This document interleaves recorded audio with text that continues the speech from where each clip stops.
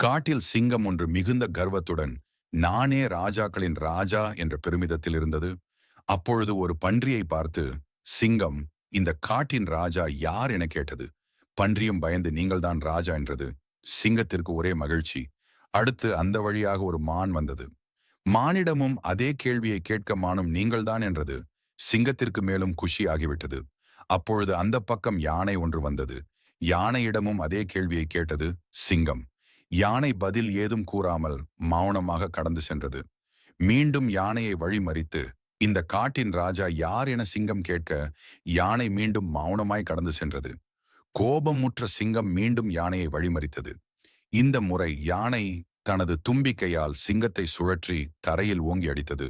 சிங்கம் வழியில் துடித்தபடி கேட்டது, நான் கேள்விதானே கேட்டேன் என்று. அதற்கு யானை, நானும் பதில்தானே சொன்னேன் என்று சொல்லிக்கொண்டே கடந்து சென்றது.